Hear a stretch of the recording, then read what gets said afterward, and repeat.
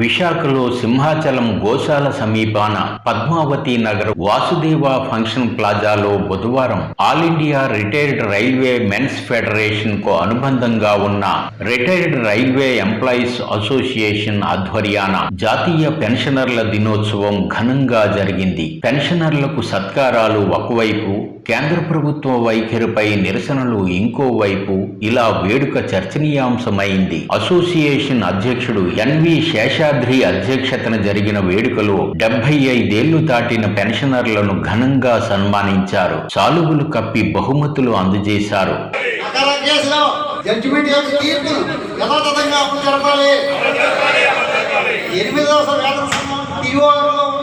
Unfunded non contributory పదాన్ని వెంటనే తొలగించాలి.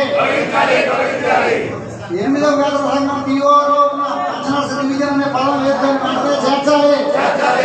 92 ఏళ్ల రిటైర్డ్ అధికారి బివిఎన్ రావు ఈ వేడుకలో ప్రత్యేకంగా ఆకర్షించారు.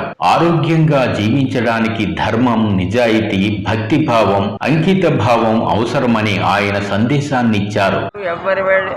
అన్ని వేళలా ఉండవలసింది honesty, sincerity, duty consciousness and dedication. These are the four main contributions one can give to the country, to your family and to your country. Honesty, sincerity, devotion and dedication in all countries.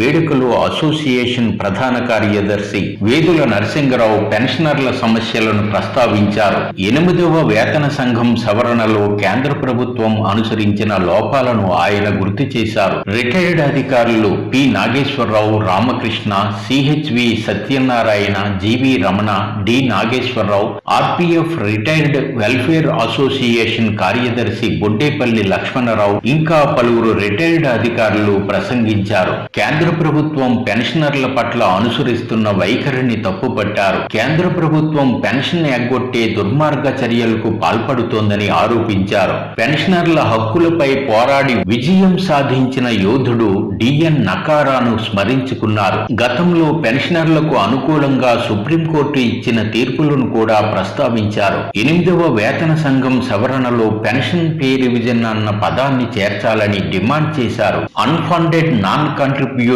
Pensioners అన్న పదాన్ని తొలగించాలని demand చేశారు. కేంద్ర ప్రభుత్వ తీరును నిరసిస్తూ పెన్షనర్లు ప్లకార్డులతో ప్రదర్శన జరిపారు. డిఎస్ నకారాకు వెలువరించిన తీర్పును యథాతథంగా అమలు చేయాలని నినాదాలు ఇచ్చారు.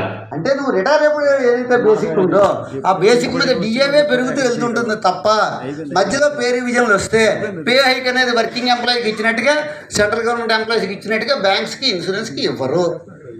రైట్, బాగానే ఉంది కదా, వాళ్ళకి ఇవ్వడం లేదు కాబట్టి మనకి ఎత్తేస్తాం అంటాం, ఎందుకో చెబుతాను.